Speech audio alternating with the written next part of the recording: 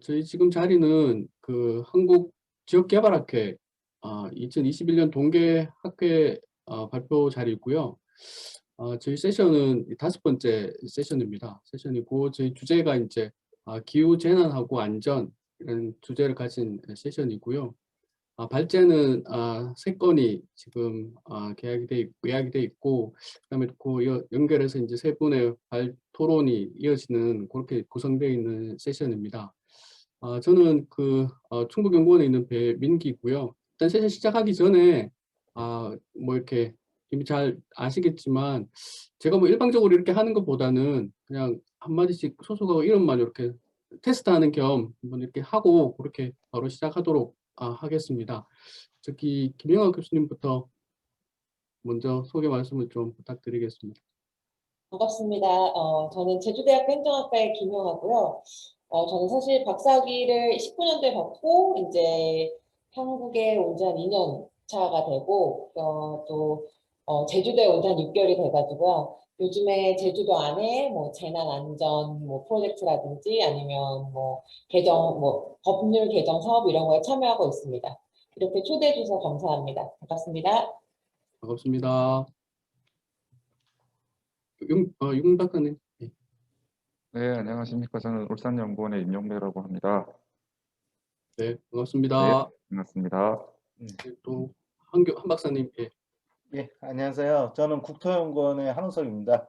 저는 이제 재해 쪽 관련돼서 지금 이제 저희 연구원에서 수행하고 있는 재해 취약성 분석 관련해서 좀 이따 소개를 드릴 예정입니다.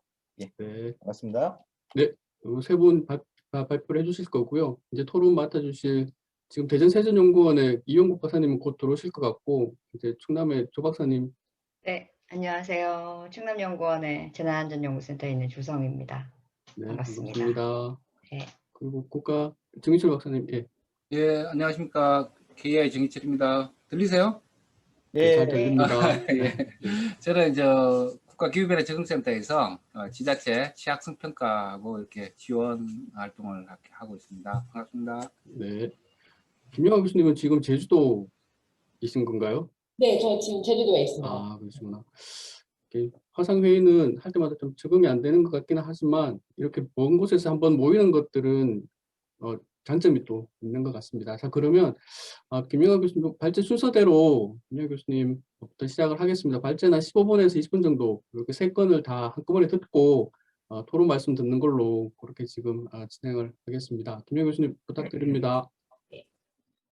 안녕하십니까. 저는 제주대학교 행정학과의 김영아입니다. 제가 제주도에 와서 담당하는 분야는 이제 재난안전, 뭐 빅데이터 분야라고 해서 학생들한테 그런 분야를 가르치고 있고요. 지금 참여하고 있는 사업도 제주시 뭐 재난 개선 사업 뭐 이런 것들에 참여를 하고 있어서 이번에 이 자리를 빌어 이렇게 발표를 드리게 되었습니다. 제 박사학위 전공이 사실은 이제 보건, 그다음에 안전 분야이라서 오늘은 제 박사학위 논문의 세 번째 이제 연구기도 하고요. 그리고 사실은 제가 처음에 오늘 발제 안으로 드렸던 거는 이제 빅데이터의 어떤 모형을 활용해서 데이터를 컬렉팅하는 걸 드렸는데 오늘 이 세션 자체가 재난 안전 그다음에 기후에 관련된 거라서 이 주제를 급하게 바꿔서 어쩔 수 없이 논문에 게재된 내용을 발표를 드리게 됐습니다. 아직도 이 프로젝트는 진행 중에 있고요. 제가 같이 일한 연구팀이 미국에서 UT 사우스웨스턴이라고 텍사스에서 큰 병원이었고 이 병원에서 지금 나이지리아 라고스의 교통사고 사망자 또 부상자에 대한 연구를 진행하고 있어서 이런 발표 자료를 얻게 돼서 발표를 진행하게 되었다는 점 또 알고 계시면 좋을 것 같습니다. 다음 페이지 네, 가주셔도 괜찮습니다. 네. 나이지리아는 여기 이제 왼쪽 하단에 보시는 대로 그 아프리카 중서부 지역에 위치를 하고 있고 사실 나이지리아가 이 중서부 아프리카에 되게 잘 사는 국가 중에 하나입니다. 그리고 제가 이제 그 라고스 주 위치를 조금 확대해서 보여드리고 있는데요. 라고스주는 나이지리아의 행정 수도는 아니지만 가장 또 발달된 지역입니다. 오른쪽에 1인당 GDP에 대한 아주 되게 조그마한 그래프를 보시면 GDP가 되게 급성장한 걸 보실 수 있습니다. 지역의 경제가 성장하니까 자연스럽게 자동차나 교통 수단들이 많이 수입이 되고 또 그런 반면에 밑에서 보시겠지만 많은 자동차가 있는 대신 뭐 우리나라나 미국과 같이 선진국과 같은 어떤 도로 인프라가 충분하지 않은 것도 또 현실입니다. 그러므로 해가지고 교통사고가 많이 증가하고 있고요. 또 그에 따라서 사망률, 부상 비율이 다른 이제 어떤 나라도 혹은 이제 아프리카 국가 내에서도 경제 수준이 좀 떨어지는 나라보다 조금 높은 것도 사실입니다. 그래서 이제 이 지역 정부에서는 이렇게 사망률을 어떻게 하면 줄일 수 있을까?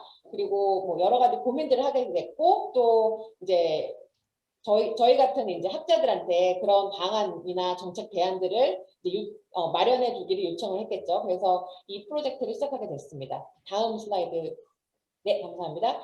오른쪽 그래프에 보시면 이제 교통사고 사망자 수 해가지고 2016년 데이터긴 한데 이제 우리나라, 한국과 그다음에 미국, 그다음에 나이지리아의 어떤 평균 수를 비교해봤습니다. 한 월등하게 높은 거를 보실 수 있고요. 이 나이지리아의 교통사고 사망자 수가 높은 것에 대해서 여러 가지 원인들이 있는데 제가 이제 문헌 조사를 해본 결과 지금 화면에서 보시는 3가지 정도로 나타나고 있다고 보실 수 있습니다. 그래서 첫 번째가 이제 의료 시설이 절대적으로 부족하겠죠. 왜냐하면 아무래도 낙후된 지역, 그러니까 개발 도상국 아니면 그 이하이기 때문에 충분한 의료 시설이 없고, 그 다음에 사고가 난 직후에 실제로 이 환자가 이제 사망 당한 사람이 실제로 병원에 가야 될지 안 가야 될지, 혹은 이게 너무 심각해서 병원도 여러 가지 등급이 있습니다. 그러니까 뭐 이제 3급 병원에 가야 될지 2급 병원에 가야 될지 이런 진단을 할 수 있는 전문가가 부족해서 우리 흔히 골든 타임이라고 하죠. 치료를 받으면 살 수 있는 시간을 넘어선다는 그런 결과가 되게 많았고 연구 결과가 많았고요. 또 그로 인해서 제 시간에 병원에 도착을 못해서 이제 이동 중에 사망하는 경우도 또 많이 있고요.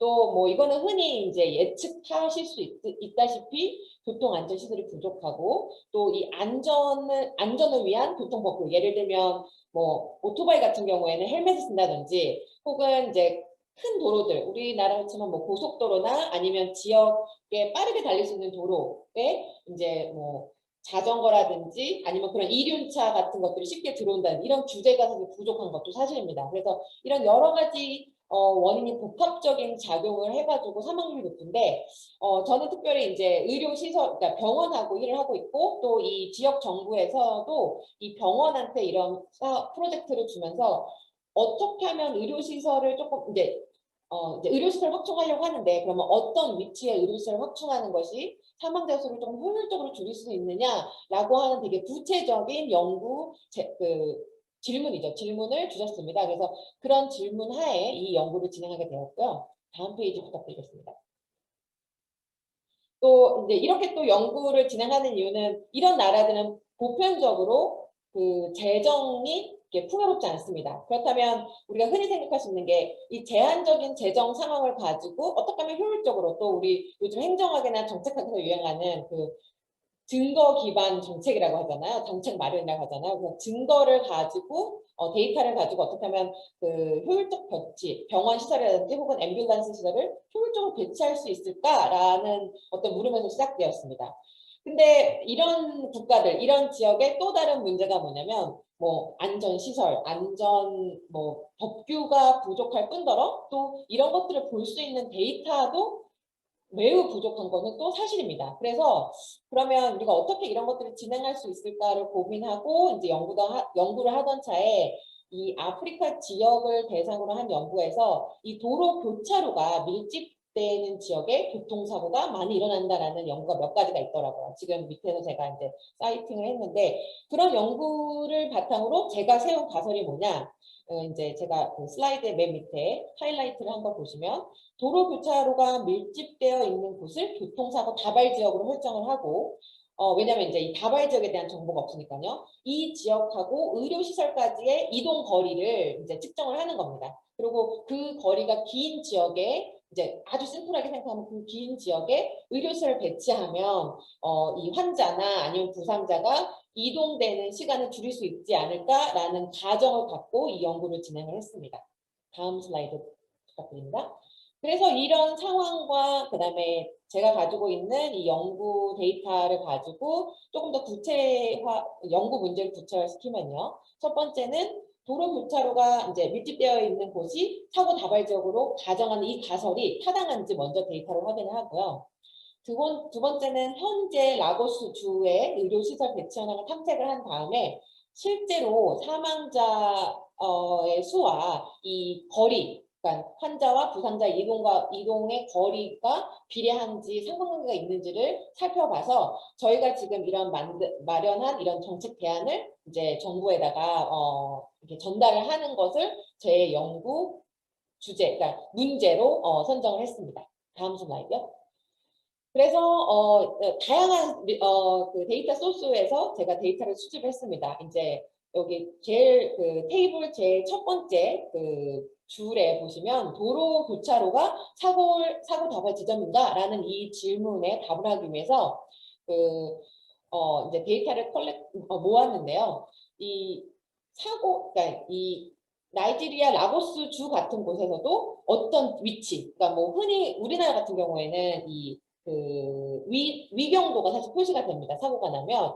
그런 데이터는 당연히 없고요. 그다음에 지역 정보 있잖아요. 우리나라 치면 뭐 구라든지 아니면 자치시 수준의 데이터조차도 없었습니다. 사망자 수, 특히 교통사고로 인한 사망자 수 이런 것들은 없어서 이 데이터를 어떻게 수집을 할까 고민을 하던 차에 제가 이제 데이터 소스 연구 자료에 나이지리아 워치 데이터베이스라고 하는 이런 이제 연구 센터를 연락을 취했거든요. 이 연구 센터에서는 뭘 하냐면 나이지리아의 약 7개의 이 신문, 그 페이퍼로 된 그러니까 그 뉴스가 나옵니다. 그러면 이 뉴스에는 뭐 어디 사거리에서 어떤 자동차와 뭐 누가 부딪혀서 뭐 사상자가 몇 명이고 그로 인한 사망자가 몇 명이고 뭐 이런 데이터들이 있습니다. 이런 데이터들을 이제 모은 거죠. 그런 수집된 데이터를 가지고 이제 제가 그 행정구역별로 라고스 지역에 약 20개의 행정구역이 있는데 행정구역별로 이제 이렇게 합산을 해가지고 상관 분석을 한 것입니다. 그리고 두 번째 제 연구 질문이었던 의료시설 배치 현황을 보기 위해서 저는 이제 지리 GIS 모형을 사용을 해가지고 이 도로망의 어떤 밀집도 같은 거를 계산을 하고 그 다음에 뭐 거리 같은 거를 그 도로 네트워크를 활용해서 환자가 이송되는 거리 같은 거를 추정을 했습니다. 그래서 연구 자료는 지금 오른쪽 컬럼에서 보시는 곳에서 제가 수집을 할 수 있었습니다. 다음 장 해주시면 감사하겠습니다. 그래서 첫 번째 이제 그 연구 질문에 대한 결과를 살펴보시면 지금 왼쪽 그래프에서 Y축이 교통사고 수 그리고 오른쪽이 도로 교차로 수인데 제가 20개 정도의 그 행정구역이 있다고 말씀드렸죠. 그래서 그 행정구역 단위로 이렇게 취합을 해가지고 본 결과 약 상관계수가 0.65 정도 나와서 이 도로 교차로 빈도수, 그러니까 밀도와 사고 다발 간에 어느 정도 상관관계가 있다라고 결론을 내렸고요. 그러면 그 가정하에 이 가정하에 이제 GIS 지도를 살펴가지고 GIS의 모형을 활용을 해서 핫스팟 분석을 했습니다. 그 결과는 다음 장에서 보실 수 있습니다. 죄송합니다. 그래서 보시면 지금 아까 그 슬라이드 제일 처음에서 1페이지에서 보신 이 라고스 주의 전반적인 분포가 왼쪽 조그만한 그 지도에서 보실 수 있고 지금 제가 약간 줌아웃한 그 지도는 여기가 바로 도심 지역입니다. 예를 들면 이제 제주로 치면 이 도로망이 촘촘하고 그 다음에 사고가 많이 나는 지역이 그 제주 시내 같은 곳이죠. 뭐 인프라도 많고 그 다음에 상업시설도 많고 이런 곳이고요. 그 주변은 이제 약간 이제 영어 표현을 서버반이라고 하는데 이제 약간 이렇게 주택이 뜨문뜨문 있고 도로만 몇 개가 있고 주로 논밭이고 산지인 그런 지역이라고 상상을 하시면 될 것 같습니다. 그래서 이 밀집도, 그러니까 도로 교차로가 밀집된 지역의 핫스팟 분석을 해보니까 지금 노란색으로 보이는 어떤 부분이 이 교차로가 되게 밀집한 지역이고요. 잘 보이시는지 모르겠습니다. 빨간 네모가 이렇게 표시된 곳이 이 교통사고 환자들을 처치할 수 있는 의료시설이 있는 곳입니다. 그러니까 이런 의료시설은 뭐 우리가 흔히 얘기하는 뭐 가정학과, 가정의료원 이런 것이 아니라 이제 어느 정도 수술을 할 수 있는 그런 의료 시설을 보여주고 있고요. 그다음에 제가 여기에는 이 슬라이드는 다 이렇게 삽입은 하지 않았지만 예를 들어서 도로가 수준이 있습니다. 뭐 고속도로가 있고 그다음에 그거보다 조금 더 넓은 도로, 그다음에 사람들, 그러니까 주거용 도로가 있고 이렇게 돼 있는데 보통 4단계의 도로가 있는데 4단계의 도로의 교차로를 순차적으로 그러니까 교차로에 그 점을 해가지고 밀집 지역을 추출했습니다. 그래서 민감도 분석처럼 뭐 4번째, 그러니까 되게 빠른 도로, 네 번째 단계 도로와 3번째 단계 교차로의 밀집적, 뭐 아니면 4번째 단계와 2번째 단계 밀집적 이런 식으로 이렇게 해가지고 조금 뭐랄까 그런 밀집 지역에 누락되는 지역이 없도록 연구를 실시를 했습니다. 다음 슬라이드 보여주시면 좋겠습니다. 네, 그래서 그런 방법론을 통해서 이제 살펴보면 왼쪽에 사고 지점과 의료시설까지의 최단 거리를 계산했습니다. 아까 보시면 노란 점과 빨간 점까지의 최단 거리. 물론 사고를 당한 다음에 가장 가까운 그 의료시설로 이 환자가 이송될 거라는 가정하에 계산된 거리입니다. 다른 먼 데 이송도 할 수 있겠죠. 근데 그런 가능성을 다 고려하기에는 계산이 조금 복잡해지기도 하고 조금 심플한 어떤 결과를 도출을 할 수 없을 것 같아서 제가 가장 최단 거리로 계산을 해가지고 지금 표시를 하면 이렇게 하얗게 블럭이 된 게 바로 행정구역이고요. 지금 잘 보이시진 않지만 도심 지역에는 행정구역이 더 촘촘하게 있습니다. 보시면 되게 아이러니하게도 이 교통사고 다발 예상 지역이죠. 이 예상적이 밀집된 거는 도심 지역이지만 아무래도 의료 시설이 도심 지역에 몰려 있다 보니까 이 거리는 그 환자의 이송 거리는 더 짧습니다. 그래서 색깔이 더 옅게 나타나고요. 또 도심의 외곽 지역으로 갈수록 이 이송 거리가 점점 더 길어지니까 더 진하게 나타내는 것을 확인하실 수 있습니다. 특히 이제 외곽 지역에서도 제가 여기 이제 그 텍스트로 표현을 해놨지만 남쪽의 도심 지역은 그쪽에 이제 호수도 많고 뭐 이래가지고 병원 시설이 하나밖에 없기 때문에 환자 이송거리가 더 훨씬 길게 나타나는 것을 확인할 수 있습니다. 이제 이런 데이터를 가지고 제가 아까 중간쯤에 말씀드린 이 이송 거리와 사망자 수 데이터를 이제 서로 이렇게 살펴봐가지고 상관관계를 봤더니 이 회귀 분석을 해봤습니다. 단순 회귀 분석을 해본 결과 약 0.004라는 이제 회귀 계수가 나타나는데 요거의 의미는 뭐냐면 이게 지금 단위가 미터로 계산이 되기 때문에 그러니까 1km 이송거리가 늘어날 때마다 약 4명의 그 사망자가 는다는 것을 확인할 수 있었습니다. 이 분석을 가지고요. 그리고 그런 걸 조금 그래프로 표현을 하면 이제 제가 아까 설명드린 도심 지역과 비도심 지역의 한 건당 사망자 수를 보시면 도심 지역은 한 건당 약 뭐 2.2명 정도가 오른쪽 2.2명이 되고 비도심 지역은 4명이 넘게 되는데요. 이런 것들이 왜 벌어지냐면 아마 제 표지의 그 그림을 보시면 이 도로의 그 차선이 거의 없고 또 대중교통이라고 버스 하나에 사람들이 되게 많이 탑니다. 뭐 창문에 매달려서 가는 사람들도 있고 그래서 한 번 교통사고가 나면 정말 뭐 사상자가 막 20명, 30명 되는 사건들이 많아서 아무래도 그런 사건 때문에 이 평균적으로 사망하는 평균 사망자 수가 많은 걸 좀 확인하실 수 있고요. 또 거리도 뭐 도심 같은 경우에는 뭐 2km 다 미만인데 비도심 같은 경우에는 7km 이상 되는 것을 확인하실 수 있습니다. 그래서 이제 마지막 슬라이드인데요. 다음 슬라이드를 보여주시면요.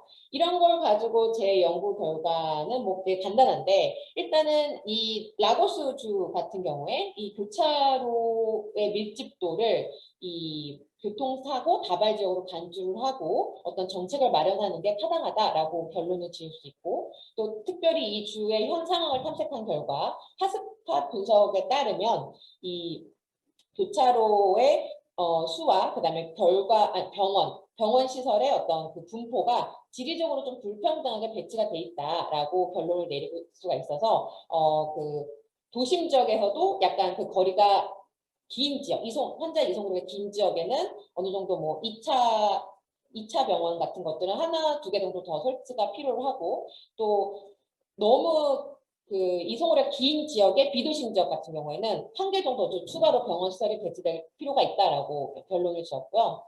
또 사망률은 의료시설과 사망지점 간의 거리가 비례해서 증가하는 경향을 발견을 했습니다. 제가 왜 강력하게 상관관계가 있다라고 말씀을 드리지 못하냐면 이 사망자의 정보가 없습니다. 그 지역의 사망자 수만 있지 이 사망이 언제 이루어졌는지, 예를 들면 교통사고 지점에서 이루어졌는지, 아니면 그 앰뷸런스에서 이루어졌는지, 아니면 뭐 병원에서 이루어졌는지 이런 정보가 없어서 이 상관관계가 명확하게 있다라고 말씀을 못 드리고 비례해서 증가하는 경향이 있다라고 저는 결론을 내렸습니다.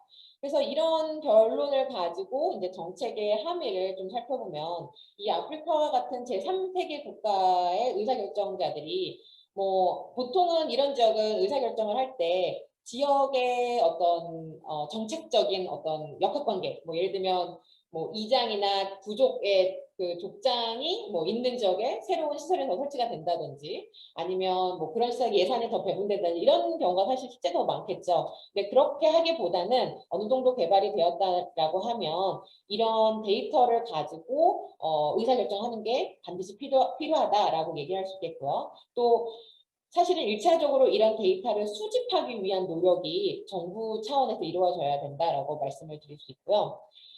이런 자료를 가지고 이게 뭐랄까 철저하게 분석할 필요가 있다고 생각을 합니다. 왜냐하면 이 사망의 원인이 실제로 무엇인지, 어떤 자동차의 낙후에 있는지, 아니면 진짜 안전 시설이 부족한 건지, 아니면 그 조금 더 뭐라 그럴까 많은 데이터가 있다면 교차로에서 신호등이 없어서인지, 아니면 신호등 체계가 불합리해서인지 이런 것들도 충분히 밝혀낼 수 있다고 생각을 하거든요. 그래서 이 라고스 주의 정책 결정자들이 이런 것들을 좀 알고 이런 연구를 위한 또 의사 결정을 위한 어떤 저반 시설을 마련을 해야겠다라고 결론을 내렸습니다. 이상으로 제 발표를 마치도록 하겠습니다. 감사합니다. 네, 고맙습니다. 이제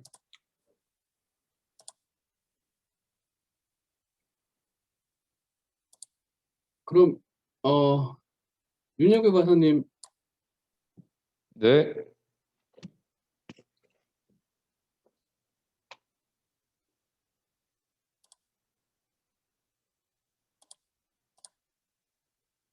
화면 공유 제가 한번 해볼까요? 화면 공유 안 된다고 나옵니다. 이상하네요. 왜 안 될까?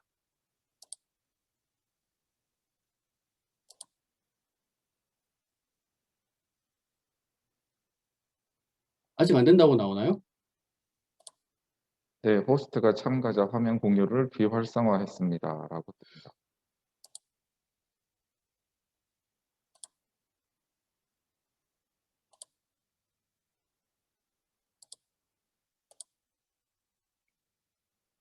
제가 비활성화 한 적이 없는데. 그럼 제가 이것도 박사님 됐어요. 예, 화면 들어왔어요. 공유됐어요. 공유됐나요? 예, 아니요, 이거는 아마 제 화면인가요? 예, 배 박사님 화면인 것 같습니다. 아, 그렇구나.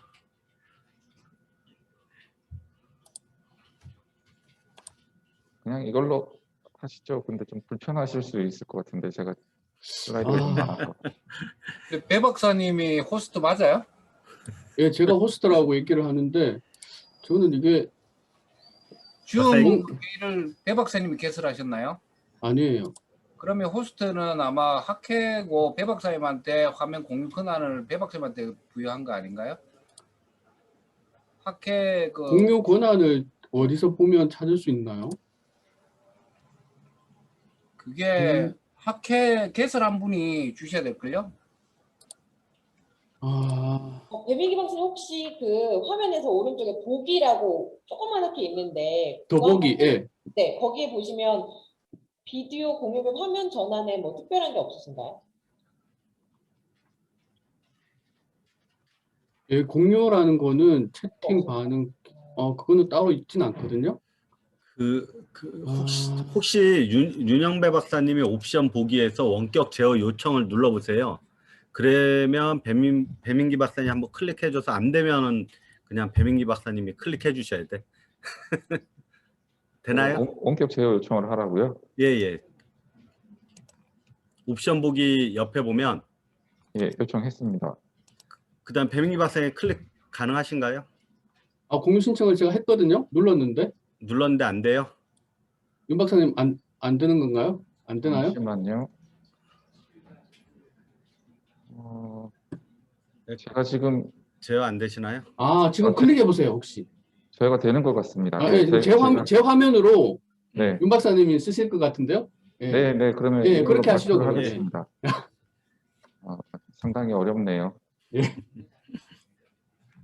근데 제가 요거 뒤에 조금 수정한 내용이 있는데 수정한 내용을 반영을 못하고 그냥 초안으로 보내드린 자료로 발표를 하도록 하겠습니다. 저는 울산연구원 재난안전연구센터장 맡고 있는 윤영배입니다.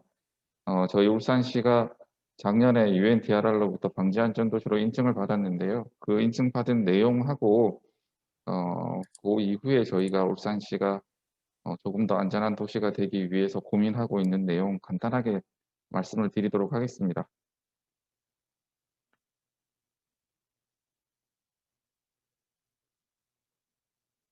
일단 MCR 캠페인에 대해서 먼저 소개를 좀 드리도록 하겠습니다. MCR 캠페인을 소개하기 위해서 먼저 UN DRR부터 소개를 드려야 될 것 같은데 UN DRR은 아마 UN ISDR이라는 이름으로 더 익숙하신 분들도 계실 것 같습니다. UN ISDR이 UN DRR로 이름을 바꿨고요. 재난 경감을 목적으로 개설된 UN의 국제 기구라고 보시면 될 것 같습니다. 제네바에 본부를 두고 있고 5개의 지역 사무소, 5개의 연락 사무소가 있는데 우리나라 인천에도 동북아 사무소라고 연락 사무소가 있습니다. 동북아 사무소에서 국제 교육 훈련을 담당하고 있고요. 그리고 동북아 사무소장이 MCR 캠페인의 담당자입니다. 그래서 저희가 MCR 캠페인을 진행하는 거는 동북아 사무소에서 많은 도움을 받고 진행을 했다라고 말씀드리겠습니다. 이 UN DRR에서는 10년 주기로 월드 컨퍼런스를 개최해서 행동 방향을 결정을 합니다. 많이 들어보셨겠지만 1994년에 요카마 전략이 제일 먼저 나왔고요. 2005년에 효고 강령, 그 다음에 2015년에 센다이 강령 이렇게 이제 재난 위험 경감과 관련된 행동 방향 강령이 결정되고 이야기되고 있습니다. 센다이 강령은 간단하게만 설명을 드리면은 7대 목표하고 4대 우선순위, 행동 우선순위로 구성이 되어 있는데요. 7대 목표는 4개의 감소 목표, 그리고 3개의 증가 목표, 행동 우선순위는 재난 위험을 이해하는 것을 가장 먼저 하고 재난 위험 거버넌스를 강화하고 재난 위험 경감을 위해 투자를 강화하고 재난 대비를 강화하는 이런 행동 우선순위를 보이고 있습니다.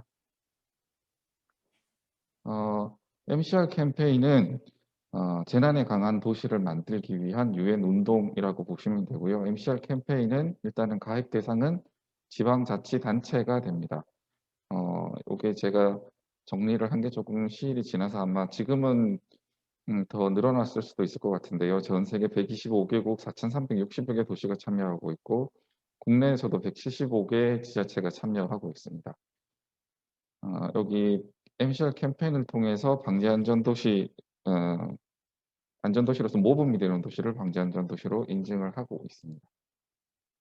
MCR 캠페인은 아까 그 센다이 강령하고 연결되는 것처럼 더 알아보기, 현명한 투자, 보다 안전한 건축을 기반으로 해서 재난 보건력을 갖춘 지속 가능한 도시를 목표로 하고 있습니다. 2010년에 시작해서 2015년까지는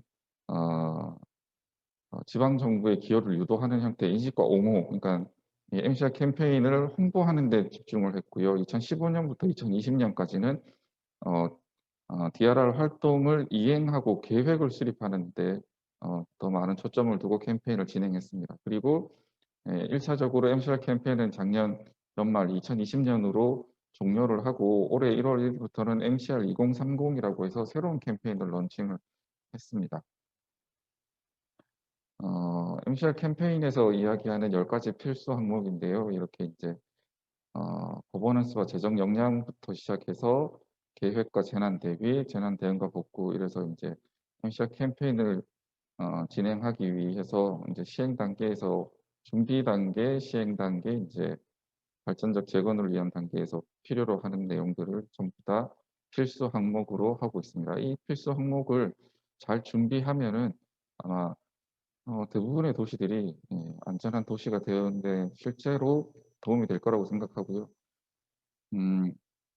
유엔에서는 이 10가지 필수 항목에 대해서 스코어 카드라고 하는 보건력 스코어 카드라고 하는 것을 통해서 도시가 자체적으로 자기들의 위치를 한번 점검해서 어느 부분이 취약한지, 그 취약한 부분을 어떻게 보완할 건지, 그 취약한 부분을 보완해서 다시 평가를 통해서 취약한 부분이 개선이 되었는지 이런 것들을 확인할 수 있도록 지원을 하고 있습니다. 롤모델시티는 아까 말씀드린 것처럼 모범이 되는 도시를 선정을 하는 거고요. 인증 절차는 간단하게 보시면 되겠습니다. 지금까지 인증을 받은 도시 현황은 전 세계 31개 국가 55개 도시인데 이것도 이제 작년 8월 기준이라서 8월 이후에 우리나라에서 서울이 인증을 받았습니다. 그래서 아마 인증받은 도시는 조금 더 늘어나 있는 걸로 확인이 됩니다. 저희가 그러면 어떻게 울산시는 이 MCR 캠페인을 진행을 했고 어떤 내용들로 방지안전도시를 인증을 받았는지 간단하게 설명을 좀 드리겠습니다. 저희는 처음에는 많은 시간이 필요하다라는 것을 인지를 하지 못하고 시작을 했습니다. 그리고 실제로 잘 아시겠지만 MCR 캠페인이라고 하는 게 대부분의 도시들이 우리나라도 175개 도시가 가입이 돼 있는데 대부분의 도시들이 실제로 MCR 캠페인을 위해서 가입한 게 아니고 과거에 우리 행안부하고 그때 당시에 그 국민안전처였나요? 국민안전처하고 유엔에서 우리 평가 점수에 가점을 주는 형태로 이 MCR 캠페인에 가입을 독려했던 적이 있습니다. 그래서 그때 많은 도시들이 가입을 하고 제대로 추진이 안 되는 사항이었었는데 그런 부분이 이제 저희 울산 같은 경우에는 민선 6기의 공약 사항이 되면서 추진을 하게 되었습니다. 그러면서 저희가 이제 이게 어떤 내용인지 솔직히 처음에는 잘 모르고 접근을 했고요. 그래서 전략을 수립하고 인증 추진 전략까지도 수립을 했었습니다. 근데 이게 실제로 도시가 안전한 도시가 되기 위한 노력을 하게 되면은 자연스럽게 방지안전도시 인증이 따라오는데 우리의 행정은 일단 인증을 받는 것을 목표로 한 것이지 실제로 도시가 안전해지는 과정을 꾸준히 추진한다 이런 아주 희망적인 내용이 전개되는 것이 아니기 때문에 저희도 일단은 처음에는 인증 추진 전략을 방지안전도시 인증이라고 잡았습니다. 그래서 그에 대한 내용들을 열심히 추진을 했고요. 우리 울산시가 가지고 있는 어떤 내세울 수 있는 이런 내용들을 우수 사례로 구성해서 저희가 이제 해외 홍보 활동을 하기 위해서 도전을 했고 우리가 아까 10가지 필수 항목에 대해서 울산시가 잘하고 있는 것이 무엇인지를 체계적으로 한번 정리를 해봤습니다. 그래서 이런 내용들을 평가를 통해서 정리하고 해서 각 필수 항목별로 우리 울산이 잘하고 있는 것들 그리고 좀 개선해야 되는 사항이 생기는 것들은 개선을 하는 내용들 이런 것들을 다 정리를 하고 꾸준히 추진을 했고요. 아까 말씀드린 것처럼 스코어 카드를 통해서 저희가 2018년부터 19년, 20년, 3년 동안 계속해서 이 평가를 진행을 했습니다. 그래서 저희가 우리 도시가 이 10개의 필수 항목에 대해서 대략 어느 정도의 위치에 있고 어떤 취약 요인들을 가지고 있고 그것들을 개선하기 위해서 어떻게 해야 되는지 꾸준히 좀 진행을 했던 내용을 보여드리는 것입니다. 그리고 우리가 했던 내용들을 그냥 저희가 갖고 있기만 하면은 유엔에서도 이렇게 크게 인정을 해주지 않기 때문에 국내외 교류 협력을 통해서 저희가 이제 전 세계 여러 도시들의 우리 울산의 우수 사례를 알리고 그 도시의 이제 우수한 사례들을 배워오고 접목하고 하는 이 교류 협력 활동도 아주 상당히 열심히 전개를 했었고요. 글로벌 플랫폼에도 참여를 해서 저희 부시장님께서 직접 공식 성명도 발표하고 대표단 면담도 진행을 했고, 그 외에도 태풍위원회나 이클레이의 보건력 있는 도시총회, 그리고 대한자식자사의 국제재난보건력 세미나 등에서도 저희 이제 울산의 우수성을 홍보하는 그런 내용들을 계속 진행을 했습니다. 그리고 이런 내용들과 이제 울산이 실질적으로 안전한 도시가 되기 위한 내용들을 이제 지속적으로 이제 추진하기 위해서 저희 이제 울산의 재난안전연구센터도 설립을 했고요. 이러한 노력과 저희가 이제 홍보했던 이런 태화강을 중심으로 한 울산의 우수 사례를 중심으로 해서 저희가 작년에 유엔으로부터 방지안전도시로 인증을 받게 되었습니다. 인증을 받았는데, 인증을 받고 나서 이제 시에서 또 다른 이제 걱정거리 같은 것이 생기기 시작을 하는 겁니다. 방지안전도시가 인증을 받았지만 우리가 이제 안전한 도시가 되기 위해서 꾸준히 노력을 하고 있지만, 그런데 우리가 정말로 안전한 도시가 되고 있는가? 그래서 우리가 정말 안전한 도시가 되기 위해서 어떤 준비가 필요한가? 이런 것들 조금씩 더 고민을 하기 시작했습니다. 일단은 저희가 재난관리 패러다임의 변화부터 다시 한번 고민을 해봤습니다. 제가 생각하기에는 지금 우리가 준비해야 되는 것은 불확실성에 대한 준비가 아닌가 싶습니다. 저희 그림에서 보시는 바와 같이 2016년에 있었던 일이지만, 태풍 차바가 울산에 내습했을 때 시간당 124mm라는 어마어마한 비가 왔습니다. 예, 저기가 시장이 있는 골목인데 여기가 이제 골목인지 하천인지 어느 수로인지 확인이 안 될 정도로 엄청난 침수 피해를 입었고요. 울산을 중심으로 울산, 경주, 포항에서 2016년, 2017년에 규모가 5.0 이상인 지진이 4차례나 발생을 했습니다. 그리고 지금은 전 국민이 전 세계가 고통받고 있는 코로나19도 저희가 전혀 상상하지 못했던, 예상하지 못했던 이런 재난들이 연속해서 발생을 하고 있습니다. 그러니까 이제 앞으로는 우리가 이러한 불확실성을 어떻게 이제 극복해 나가느냐 하는 고민을 해야 된다라고 생각이 되고, 지금까지 우리가 전통적으로 재난을 관리해 왔던 것은 과거의 통계를 기반으로 해서 과거의 위험 요소가 무엇인지 그런 결과를 통해서 과거를 바라다보고 미래의 대책을 세워왔는데, 그렇다면 위험성은 높은데 발생하지 않은 재난은 또다시 또 쉽게 말해서 큰 피해로 이제 저희 돌아올 수밖에 없게 됩니다. 그래서 앞으로 우리가 필요한 거는 위험 요소, 리스크를 관리하면서 우리가 불확실성 속에서 이겨낼 수 있도록 다양한 위험 요소의 시나리오를 작성하고 그 시나리오를 바탕으로 해서 매뉴얼을 정비하고 대응 프레임워크를 개발하는 이런 과정으로 가야 되지 않겠냐라고 해서 죄송합니다. 예, 우리 울산의 재난관리를 위해 회복력이라는 이제 개념을 다시 고민을 하게 되었습니다. 이 회복력에 대한 고민을 하게 될 때 다음 발표하실 한우석 박사님께 상당히 큰 도움을 받았고요.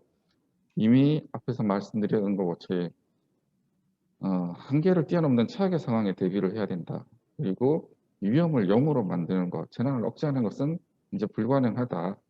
그렇기 때문에 예방, 감제가 아니라 회복력을 통해서 우리가 이제 재난이 일어난 이후에 얼마나 빠르게 일상으로 돌아오느냐 이런 것들을 고민해야 된다라고 생각을 했고요. 리질리언스의 개념은 넘어가도록 하겠습니다. 그래서 요것도 그림을 제가 좀 수정을 했었는데, 우리가 실제로 이런 도시의 연속성, 우리가 가지고 있는 위험 요소들을 감소시키고 외부로부터 오는 어떤 스트레스 압박에 적응 능력을 향상시켜서 안전한 도시가 되기 위한 어떤 그런 추진 동력이 필요합니다. 그래서 뭐 아젠다도 필요하고 그 정책 결정권자가 가지는 어떤 그런 내용들도 필요한데, 그게 정책적으로 그냥 소비가 되면 그걸로 끝나는 것이 아니라 실제로 행동으로 실천으로 옮겨져야 되기 때문에 저희가 이제 장기간 꾸준히 추진하면서 몸으로 느끼고 확실하게 효과가 있다고 느꼈던 이 UNDRR의 MCR 캠페인 방지안전도시 추진이 상당히 큰 도움이 된다. 실천력을 확보하는데 큰 도움이 되기 때문에 아마 다른 도시들에도 아마 이 방지안전도시를 추진을 하시면은 훨씬 더 실질적인 도시의 안전, 취약 요인을 개선해 나가는 데 도움이 되지 않을까라고 생각하고요. 우리 도시가 조금 더 안전한 방지안전도시로서 추진해 나가기 위해서 저희가 이제 전략을 좀 고민해 봤습니다. 앞서 말씀드린 것처럼 MCR 캠페인이 기존의 캠페인은 작년을 끝으로 이제 종료가 되었고요. 새로운 MCR 2030이 시작이 됩니다. 그래서 이 새로운 MCR 2030에 대해서 저희도 지금 확인을 하고 있는 단계인데 기존 MCR 캠페인에 가입했던 도시들도 새로 가입을 해야 되는 걸로 파악을 하고 있습니다.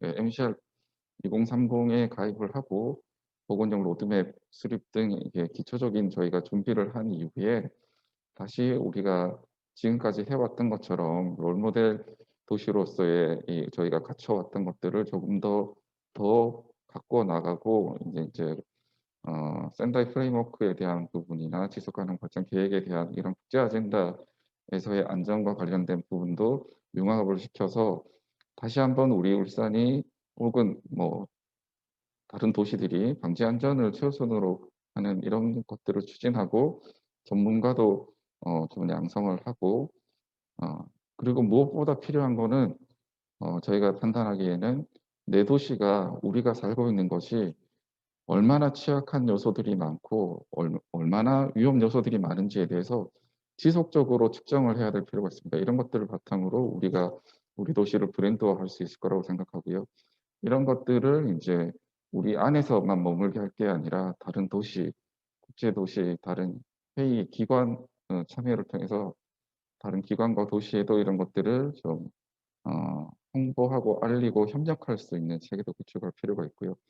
이제 지금까지는 저희가 관 중심의 재난안전 정책을 추진을 해왔다면 여기에 이제 시민이 협력하는 시민 협력형 보건을수도 구축하고 여기에 새로운 신기술들을 도입해서 도시가 안전해지는데 활용할 수 있는 그런 전략이 필요하다고 생각이 되고 이런 것들이 다른 도시들하고 같이 이렇게 유기적으로 좀 협조 체계를 이루어서 진행되었으면 하는 소망이 있습니다.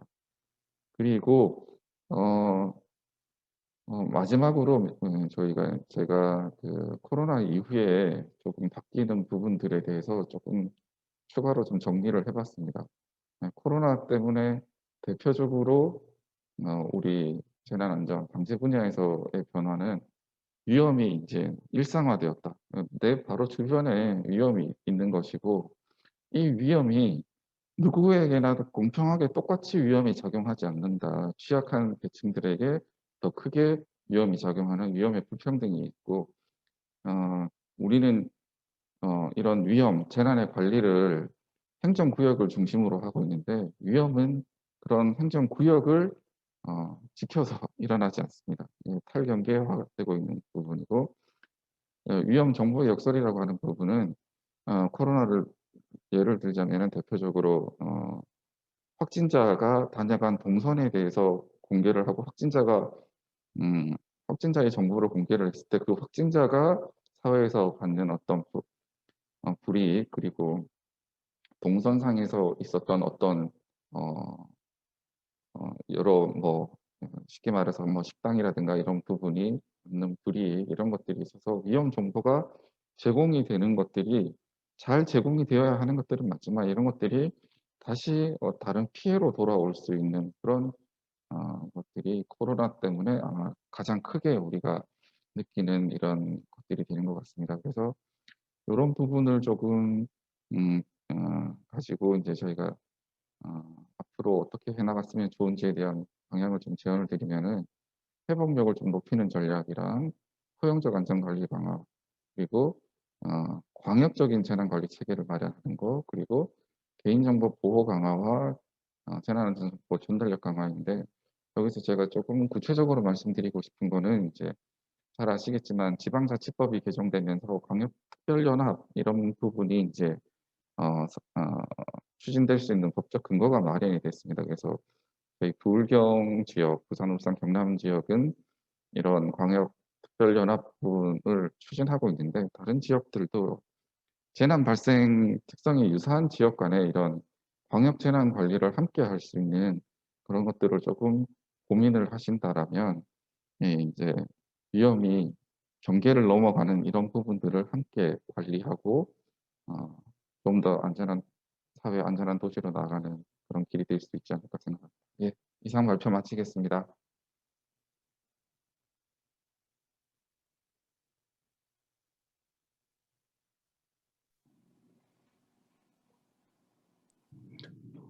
예, 예, 고맙습니다. 제호 다시 넘겨드렸습니다. 예. 네. 저도 원격 제어 요청 하겠습니다. 네, 알겠습니다. 예.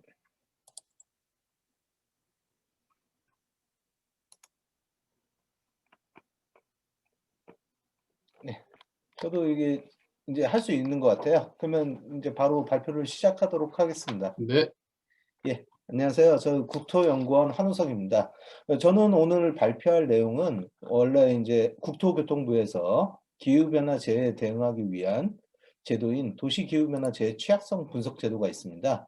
그거에 대한 제도에 대한 설명과 그 다음에 개선을 위한 개선을 위한 이제 어떤 저희 연구원에서 수행했던 연구들에 대해서 말씀드리도록 하겠습니다.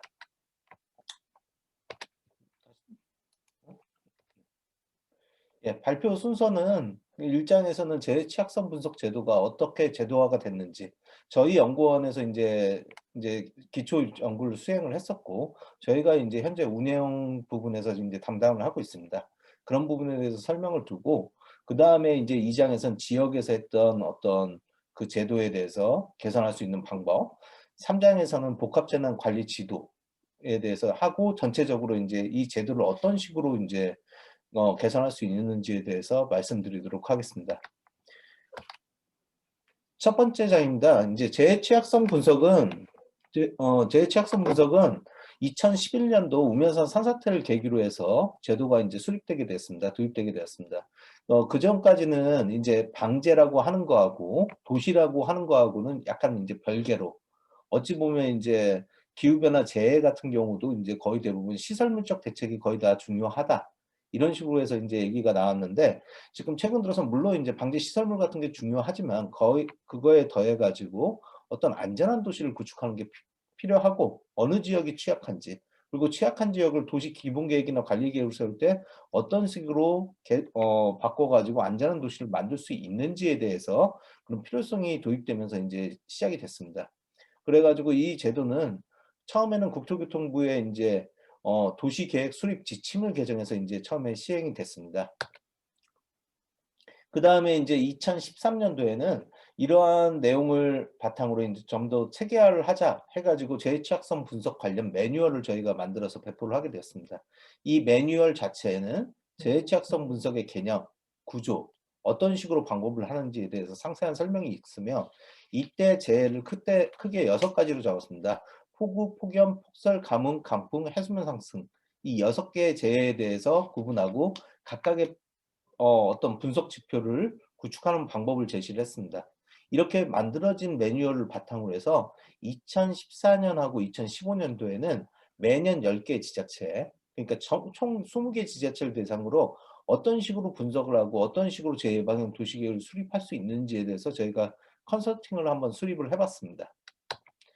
그런 내용을 바탕으로 해서 2015년도에는 국토계획 및 이용에 관한 법률 제20조하고 27조를 개정해서 도시군 기본계획 및 도시군 관리계획을 수립할 때 기초조사로 재해 취약성 분석을 실시하는 걸 의무화시켰습니다. 이때 의무화됐을 때 그 대상 지자체는 전국 161개 지자체입니다.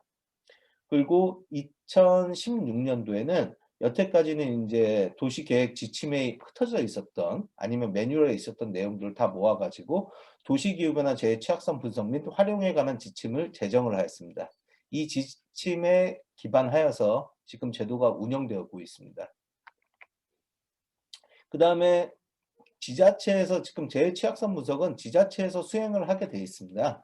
그래서 지자체에서 수행한 데이터를 가지고 지금 이제 국가방재연구센터 지금은 이제 조직 개편이 돼가지고 이제 딴 걸로 이름이 바뀌었는데 지금 그쪽에서 저희가 이제 검증 업무를 지자체에서 했던 업무를 검증을 하고 있습니다. 근데 여기 썼던 게 제가 옛날에 썼던 걸 좀 잘못 써놨는데 지금 전국 161개 지자체가 전부 한 텀이 돌았습니다. 모든 지자체에서 재취약성 분석을 수행을 했었고요. 그 다음에 검증을 한 지자체 수도 거의 한 50여 개가 됩니다. 그리고 이런 내용을 바탕으로 다른 법적 계획에서도 재취약성 분석 관련 내용이 있습니다. 가장 대표적인 게 제2차 국가기후변화 적응 대책 세부 시행 계획에도 포함되어 있고 제3차 녹색성장 5개년 계획 등에도 같이 포함이 되어 있습니다. 그리고 재취약성 분석의 대상 범위는 아까 전에 얘기한 것처럼 도시군 기본계획을 수립 변경하거나 도시군 관리계획을 위반하는 경우에 하게 돼 있으며 전국 161개 지자체를 대상으로 하고 있습니다. 재해취약성 분석은 아까 전에 말씀드린 것처럼 크게 6가지 기후변화 재해를 대상으로 하고 있으며 폭우재해는 모든 지자체에서, 해수면 상승은 해안 지역에 위치하고 있는 지자체에서 수행하게 되어 있습니다. 재해취약성 분석의 기본적인 굴격은 2007년도 IPCC 4차 보고서에서 나오는 재해취약성 분석 굴격을 그대로 유지를 하려고 하고 있지만 기후 노출하고 도시 민감도를 고려를 하고 적응 능력 부분은 저희 쪽에서는 고려를 하고 있지는 않습니다. 그 이유 중에 하나가 저희가 이제 도시 계획 쪽으로 이렇게 하기 위해서는 적응 능력 같은 경우는 이제 어떤 지자체의 전체적인 능력이지 어떤 지역의 능력이 아니기 때문에 저희가 그 부분을 제외하고 공간 해상도를 좀 높인 쪽으로 저희가 이제 진행을 하느냐고 기후 노출하고 도시 민감도에 포커스를 맞춰서 재해취약성 분석을 수행을 하고 있습니다. 그 다음에 재취약성 분석은 현재 기후 노출과 미래 기후 노출을 종합해서 이렇게 만들게 되어 있습니다. 현재 기후 노출은 이제 과거 관측 데이터를 위주로, 현재 도시 민감도는 뭐 잠재 취약 지역이라든지 어떤 시민, 도시 기반 시설, 건축물에 대한 어떤 분석 지표 값으로, 공간적 분석 지표 값으로 이렇게 하고 있으며, 미래 기후 노출은 아시피 시나리오 데이터, 미래 도시 민감도 데이터도 인구 변화라든지 아니면 이제 뭐 개발 예정지라든지 등등의 정보를 써가지고 현재 및 미래 취약성을 해서 종합적으로 고려하는 쪽으로 저희가 재취약성 분석을 하고 있습니다. 재취약성 분석의 단위는 인구 센서스 단위로 하고 있습니다. 인구 센서스 단위라는 것은 직계구라는 것은 500명을 기준으로 해서 이렇게 만들어진 기준인데 보통 읍면동의 약 23분의 1 정도의 크기로 구성되어 있습니다. 그렇기 때문에 인구가 밀집된 지역 같은 경우에서는 되게 이제 면밀하게 이제 좁게 이제 돼 있지만 좀 외곽 지역 그런 데에서는 이제 넓은 지역으로 이렇게 지역이 분포되어 있는 걸로 알고 있습니다. 이건 재해취약성 분석의 이제 분석 순서입니다. 첫 번째 재해 관련 기초 조사라든지 분석 대상 재해를 검토하는 부분, 그리고 재해취약성 분석 자료를 구축하는 부분은 현재 지자체에서 직접 하게 되어 있습니다. 그 다음에 이런 결과를 저희 연구원에 보내줘서 재해취약성 분석 결과안을 저희가 검토를 하고 있습니다. 그리고 이거는 어디까지나 이제 어떤 GIS 분석 지표에 의한 값이기 때문에 왜곡이 있을 수 있기 때문에 저희가 모든 지자체에서 받으면 현장 조사하고 그에 따른 등급 조정안까지도 저희가 지자체한테 제시를 하고 그 다음에 이 내용은 도시기본계획이나 관리계획에 입안 단계에서 반영하도록 저희가 이렇게 유도를 하고 있습니다. 각 지자체에서 재해취약성 분석을 수행을 하면 저희가 검증 업무는 약 45일에 거쳐서 어떤 GIS 분석이라든지 현장 조사, 등급 조정까지 해서 이렇게 제출을 하고 있습니다. 이건 현재 취약성 분석입니다. 결과인데 현재 기후 노출과 도시 민감도의 결과값, 상대적 취약성을 바탕으로 해서 저희가 현재 취약성을 분석을 하고 있고요. 미래 기후 노출도 마찬가지입니다. 그 다음에 종합 취약성은 현재 취약성 플러스 미래 취약성 등급으로 이렇게 해서 고려를 하고 있는데 1등급 같은 경우가 가장 이제 취약한 지역입니다. 현재 취약성 같은 경우 1등급. 근데 높은 쪽으로 이렇게 저희가 점수를 부여하도록 하고 있습니다. 현재 취약성이 1등급일 때는 그리고 미래 취약성이 2등급일 때는 이 지역은 1등급으로 분류하는 쪽으로 저희가 이제 등급을 제한하고 있고요. 그 다음에 이렇게 만들어진 재취약성 분석 결과는 재해 예방형 도시계획에 활용하도록 하고 있습니다. 재해 예방형 도시계획이란 것은 구조적 대책과 더불어서 도시계획적 대책을 마련해서 재해 피해를 최소화하는 도시계획을 말하고 있습니다. 주로 이제 저희가 이제 활용하고 있고 제안을 하고 있는 것이 토지 이용 대책이나 기반 시설 대책, 건축물 대책을 위주로 해가지고 취약 지역, 주로 1, 2등급 지역으로 나온 지역을 대상으로 해가지고 이런 대책을 수립하도록 저희가 제시하고 있습니다. 그러면 이런 재해 취약성 분석이 있는데 재해 취약성 분석 관련해 가지고 저희가 수행했던 연구를 말씀드리겠습니다. 첫 번째는 저희가 이제 카이아 국토교통과학기술진흥원 과제로 해서 제주도 도시방지계획 수립을 위한 재해 영향 분석 기술 개발이라는 연구를 작년까지 이렇게 저희가 진행을 하였습니다. 참여 기관은 이게 지역 거점 과제라서 주관 기관은 제주대학교, 그 다음에 공동연구기관 국토연구원과 제주연구원, 그 다음 위탁 개발, 시스템 개발까지 되어 있습니다.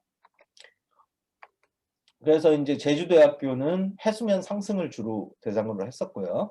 국토연구원에서는 폭우, 제주연구에서는 제주 예방형 도시 계획 쪽을 주로 맡아가지고 했고, 위탁연구기관에서는 그런 것을 시스템화 하도록 저희가 이제 만들어서 시스템을 개발하였고, 현재 제주도청에 저희가 제공을 했고 도시계획위원회에서 활용을 하고 있습니다. 뭐 여러 가지 분석 결과나 이렇게 개선된 부분이 있는데 저희가 생각할 때 이제 분석 지표 말고도 가장 큰 결실 중에 하나가 공간적 분석 단위를 저희가 개선하는 것을 제안을 했었고 이게 적용이 되어 있습니다. 아직까지 지침상에서는 집계구 단위로 이렇게 되어 있지만 저희가 이제 어떤 공간적 크기로 해가지고 100m 격차 단위로 저희가 분석을 했었습니다. 원래 재해 취약성 분석이 처음 만들어졌을 때는 어떤 가장 큰 문제 중에 가장 큰 이렇게 줄일 수 없었던 것 중에 하나가 뭐냐면 그 인구 데이터입니다. 인구 데이터 같은 경우가 이제 집계구가 가장 작은 단위이기 때문에 저희가 이제 그쪽에 맞춰서 했었는데 제주도 같은 경우 했을 때가 저희가 이제 그 100m짜리 격자 단위가 있어가지고 저희가 그걸 활용을 해서 재해 취약성 분석을 수행을 했습니다. 그래서 분석 결과를 보면 전에는 이제 어떤 집계구 단위로 있기 때문에 뭉텅거려졌던 이런 도시 기반 시설이라든지 시가 지역 정보라든지 그런 정보들이 이제 뭉텅겨서 나왔는데 지금은 이제 더 면밀하게 분석이 됐고요. 특히나도 여기 위쪽에 왼쪽 위쪽에 보면 집계구 단위 취약 인구 같은 경우가 그 집계구가 어떤 500명 단위로 되어 있는데 시골 지역, 도심 지역보다 시골 지역 같은 경우가 원래 이제 취약 인구, 그러니까 이제 나이 많으신 분들이라든지 그런 비율이 많기 때문에 약간 왜곡된 이런 결과를 나타내는데 격자 단위로 했을 때는 오히려 많은 이렇게 개선된 것을 볼 수가 있습니다. 그래서 이제 종합 취약성이라든지 그런 것을 저희가 분석을 했습니다. 그리고 일단은 이게 활용이 되는 것이 어떤 필지 단위로 도시계획할 때 필지 단위로 정보를 제공하기 때문에 전에 있었던 집계구 단위를 저희가 격자 단위로 분석을 했고 개선을 했고요. 그 다음 필지 단위로 정보를 제공하도록 고도화를 시켜서 지금 제주도청에서 활용을 하고 있습니다. 뭐 재해 취약성 분석 시스템을 작년 2월 달에 저희가 제주도청에 이전을 했었고 그 시스템 자체는 이렇게 구성이 되어 있습니다. 그 다음에 복합재난관리지도 관련 연구입니다. 이 연구는 저희 내부 연구로 이제 1년 동안에 거쳐서 저희가 수행을 했습니다. 그리고 연구 제목은 뭐 대형 재해에 대한 도시 복합재난 관리 방안 연구로 잡았었고요. 연구의 목적은 이제 도심 지역에서 이제 재해가 발생하는데 기후변화 재해든 이런 게 재해가 발생하는데 단일 재해로 끝나지 않고 또 그 여파가 이제 장기적으로 가는 경향이 있기 때문에 어떤 복합재난 단계별 특징을 고려해서 복합재난 관리 지도를 구축하는 방법을 개발하였습니다. 또한 이를 도시방지 정책, 여기서는 재해 취약성 분석입니다. 연계해서 재해 예방형 도시계획 수립의 실효성을 제고하고자 저희가 했습니다. 재해 취약성 분석은 이제 상대적인 평가이기 때문에 도심 지역이 취약하다고 해도 그 취약 지역이 너무 넓게 나옵니다. 예를 들어서 저희가 이제 몇 군데 이렇게 저희가 체크를 해봤을 때 보면 전체 면적의 한 20-30%까지가 취약 지역으로 도출되기 때문에 이 중에서 어디가 더 이제 취약하냐 그리고 어떤 대책이 필요할까를 고민하기 위해서 저희가 복합재난하고 같이 연결해서 중요도 부분까지 같이 고려해서 만들어봤습니다. 뭐 복합재난은 뭐 여러 가지 정의가 있지만 저희는 복합재난을 나텍재난, 내추럴 트리거드 테크니컬 뭐 디제스터로 해가지고 자연재해부터 시작해서 동시다발적, 연쇄적 사회재난으로 재난 피해 범위가 확산되는 재난, 그리고 대규모 사회적 피해를 유발시키며 장기간의 복구가 필요한 재난으로 저희가 이제 잠정적으로 개념을 정립을 하였습니다. 그래서 저희는 어떤 재해 발생 단계별 크게 4가지 단계로 해서 재해 발생 단계 전에는 어떤 자연재해 발생 시 복합재난으로 악화될 수 있는 취약시설이 어떤 것이 있는지, 재해가 발생했을 때 첫 번째 대응 단계는 주로 신속한 인명구조 및 피해 확산 방지를 위해 초점을 두고 관리해야 되는 중요 시설물이 뭔지, 그 다음에 단기 복구 단계에서는 기본적인 의식주 해결 초점을 두고 관리해야 되는 중요 시설물이 어떤 것이 있는지, 그리고 장기 복구 측면에서는 어떤 시민들의 정상적인 생활을 위해서 초점을 두고 관리해야 되는 것이 뭔지에 대해서 저희가 크게 4개 카테고리로 필수 서비스, 경제활동 기반 시설, 교통 기반 시설, 구호 및 대응 시설로 나눠가지고 각각의 중요도를 바탕으로 저희가 관리 지도를 도출했습니다. 재해 취약성 분석 단계를 저희가 이제 따라서 했었고요. 이게 수원시를 대상으로 해가지고 수원시의 지하 시설물 데이터까지 저희가 활용을 해가지고 저희가 이제 그 정보를 제공하는 데가 수원시에서 제공한다고 해가지고 저희가 이제 각 단계별로 이렇게 만들어 봤습니다. 그래서 이렇게 만들어진 방법에 대해서는 예방 단계, 대응 단계, 단기 복구 단계, 장기 복구 단계의 어떤 주요 특징 및 관리 시설에 대해서 저희가 이제 개념을 잡았고, 각각의 토지 이용, 기반 시설, 건축물에 대해서는 어떠한 대책을 주로 만들어야 되는지 저희가 예시 틀로 이렇게 제공을 했습니다. 그래서 도시 방제 관련해서 이제 사장에서는 저희가 이제 어떤 식으로 이제 개선해야 되는지에 대해서 저희가 간단히 적어봤습니다. 먼저 재해 취약성 분석의 제도의 가장 큰 문제점, 제가 생각하는 가장 큰 문제점이라고 생각되는 것이 재해 취약성 분석은 현재 잘 되고 있습니다. 각 지자체에서 이렇게 수립을 하고 저희가 검증을 하고 있습니다. 하지만 재해 취약성 분석을 하는 본 목적은 재해 예방형 도시 계획을 하는 데 있습니다. 근데 이 부분에 대해서는 저희가 결과를 줬으면 지자체에서 알아서 하고, 그 다음에 또 이제 도시 계획, 뭐 도시 기본 계획이나 관리 계획도 이제 저희 연구원에 국토계획 평가센터가 있어가지고 거기서 오는 걸 보면 지역적 특성을 이렇게 못 맞추고 어떤 재해 취약성 분석 결과를 못 맞추고 이제 좀 그런 부분이 있어가지고 이런 부분을 개선해야 된다고 저희는 생각을 하고 있습니다. 특히나도 이제 저희가 이제 계속 진행을 하려고 하는 것이 지역발전연구센터, 울산도 마찬가지지만 윤영민 박사님이 이렇게 만들어서 이제 방재센터도 만들었지만 많은 지역센터에서도 지금 방재센터가 만들어지고 있는데 이와 협력하는 방향을 지속적으로 저희가 노력을 해봐야 할 필요가 있다는 부분입니다. 그리고 재해 취약성 분석 지표라든지 방법을 개선하는 부분입니다.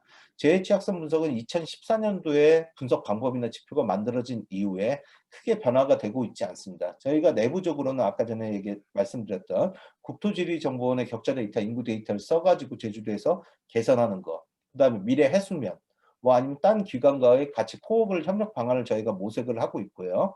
저희 같은 경우가 카이아 과제로 지금 이제 뭐 될지는 모르겠는데 지금 제안서를 해가지고 대구하고 경남 지역 관련돼 가지고 재해 취약성 분석, 개선 지역 특성을 고려한 지역 그런 연구를 제안을 했습니다. 그리고 시스템을 개발해서 그쪽에도 실제 지자체에 제공할 예정입니다.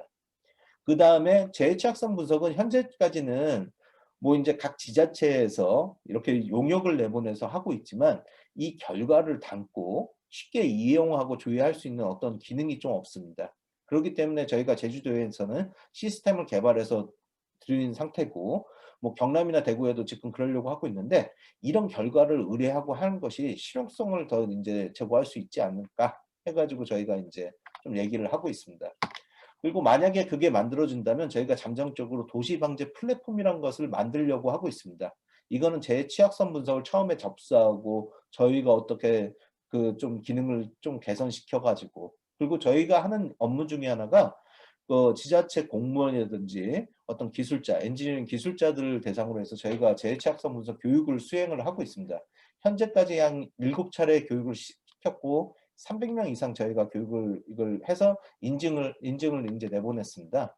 그래가지고 그런 기능까지도 다 포괄하고 재해 취약성 분석 자체는 이게 분석 자체이기 때문에 이거 비중을 좀 낮추고 오히려 재해 예방형 도시계획에 좀 지원할 수 있도록 지자체하고 협력을 강화할 수 있도록 도시방제 플랫폼을 만드는 게 필요하다고 생각이 되고, 만약에 그렇게 만든다면 국토연구원하고 그러니까 지자체를 운영하는 그 다음에 지자체, 그 다음에 지역 전문가끼리 코업을 어떤 접수 단계부터 이런 걸로 해가지고 쭉 나가서 같이 협력을 할 수 있지 않을까, 저희는 이제 그걸 구상하고 있습니다. 예, 여기까지 발표를 마치도록 하겠습니다. 감사합니다. 네, 한 박사님 고맙습니다. 네. 화면 공유 때문에 넘겨드렸습니다. 예. 넘기세요. 자, 그러면 토론으로 시간이 조금 지체됐습니다만은 토론으로 빠르게 넘어가도록 하겠습니다. 토론 화면 공유 없이 그냥 얼굴을 보면서 하도록 하겠습니다. 그래서 순서는 이문국 박사님, 조성 박사님, 정유칠 박사님 순으로 하고요. 이렇게 자연스럽게 좋은 말씀 부탁드리겠습니다. 그럼 이영복 박사님부터 먼저 부탁드리겠습니다. 예, 대전 세종연구원의 이영복입니다. 아까 제가 인사를 못 드려서 굉장히 죄송스러운데요. 네, 원장님이랑 저희가 연구원 이전 건 때문에 좀 회의가 좀 늦어졌습니다. 죄송합니다. 지금 발표해 주신 거 잘 들었고요. 저희 연구원에서도 충분히 참조할 만한 내용들이라고 생각을 하고 있습니다. 이제 아이고 이름이 제가 김형아 교수님 죄송합니다. 김형아 교수님 이렇게 말씀해 주신 거는 굉장히 저희 직원도 현재 유엔에서 파견해 갖고 아프리카에 한번 갔다 온 적이 있었어요. 저희가 이제 범죄 예방 차원에서 한번 보내봤는데, 그러니까 이 개발도상국에 대한 안전 문제는 아마 선진국 또는 이제 우리하고는 좀 다를 거라고 저는 충분히 생각합니다. 근데 이제 어려운 데이터, 구하기 힘든 데이터를 가지고 이제 분석을 하셨는데, 결론은 어느 정도는 전 예측할 수 있는 결론이라고 생각은 합니다. 저기 교수님의 연구 결과는 비하는 게 아니라 충분히 그걸 뒷받침하셨다라는 거에 대해서 굉장히 좋은데, 다음번에 저는 아까 교수님이 정책적 함의에서 다 말씀하셨어요. 연구의 한계나 이런 거 얘기하셨는데, 개발도상국 타국의 어떤 타도시하고 한번 비교 같이 해보면 비슷한 방법으로 하면 충분히 더욱이 동남아 같은데 이런 쪽에도 아마 충분히 더 재밌는 연구 결과가 나오지 않을까, 아니면 더 내가 얻어낸 연구 결과가 명확한 거다라고 말해주지 않을까 하는 생각을 들어요. 우리가 가지고 있는 타스 시스템이나 이런 거하고는 비교도 안 되겠죠. 이게 엄밀히 보면은 차대차냐 차대다람이냐 이걸 다 들여다보고 봐야 그 원인을 알 수 있는데, 저도 대전 세종이 지역안전지수 교통 부분에 거의 꼴찌를 하고 있는데 일로 들여다보고 절로 들여다봐도 원인을 모르겠어요. 경찰들이 바라보는 시각, 행정에서 바라보는 시각 워낙 다르다 보니까 하여튼 좋은 연구였다고 생각하고, 윤영배 박사님은 저랑 이제 여러 가지 얘기들을 하고 있어서, 특히 이제 저희가 세종에서는 국제안전도시를 추진하고 있거든요. 그래서 국제안전도시가 과연 저는 필요할까? 이건 너무 정치적인 목적하에서 움직이는 인증 아닐까? 특히 이제 여기에 있는 전문가들도 다 그렇게 생각하실 거라고 생각하는데, 인증이라는 게 굉장히 어떻게 보면 좋은 것도 하지만 이 안전 분야는 인증을 해줘 버리면 정말 이 도시가 안전하다라고 사람들이 그러니까 오판을 하잖아요. 윤영배 박사님도 말씀하신 거하고 세종이 추구하는 국제안전도시도 우리는 안전을 열심히 하겠다라는 걸 인정받은 것이지 그 도시가 안전하다는 뜻은 아닌데, 그래서 그런 부분들을 좀 잘 이끌어가면서 시민들과 함께 이 지속성이라는 부분, 아까 윤영배 박사님 지속성이라는 걸 얘기했는데요. 그 부분은 새롭게 또 국가들이 가입해야 된다고 아까 말씀을 하셔서 여기에 있는 속해 있는 연구원들만이라도 이 도시가 하면 좋지 않을까 하는 저 개인적으로 좋은 정보를 얻었다고 생각하고요. 윤영배 박사님 한번 예전에 한번 제가 말씀드렸는지 모르겠는데, 싱가포르에 가면 라스 시스템이라고 있어요. 워낙 걔네들은 이제 도시국가다 보니까 이 의사결정을 하는데, 위기관리 의사결정을 하는데 굉장히 좋은 게 저는 싱가포르의 라스 프로그램이라고 생각하거든요. 그래서 한번 그런 것들을 한번 울산에서 한번 도입해 보시면, 저희는 도입 못했어요. 대전은 좀 규모가 커갖고 5개 하여튼 구가 잘 협업이 안 돼서 못했던 부분 한번 저희가 알고 있는 지식으로 한 말씀드리고요. 그 다음에 모르겠습니다. 이렇게 제가 코멘트를 하는 게 맞는지 모르겠는데 재차성 분석 제도는 박사님이 발표하신 거 예전에 이제 저도 딴 데서 좀 보고 하면서 저희 도시기본계획 수립할 때 굉장히 도움이 되겠다라는 생각은 했습니다. 근데 제가 도시계획을 하지만 이게 이 재취약성 수립하는 부서가 어딘가요? 제가 궁금했는데 제주의 담당 부서가 어딘지 한번 박사님 한번 지금 답변해 주시죠. 네. 질문이 담당 부서가요? 네. 제주에서는 어느 부서에서 이걸 했죠? 도시계획위원회에서 활용한다고 저희가 그걸 썼습니다. 어차피 국에서 이 예산을 마련한 거네요. 그러면 아니면 중앙정부에서 예, 예산은 중앙정부에서 했고 R&D로 했습니다. R&D 사업이죠. 예. 그러니까 이런 게 한계인 것 같습니다. 저는 박사님이 이제 마지막 부분에 이제 두 가지를 말씀해 주셨어요. 이제 지자체들이 좀 이런 것들을 도입해야 된다고 하는데, 예.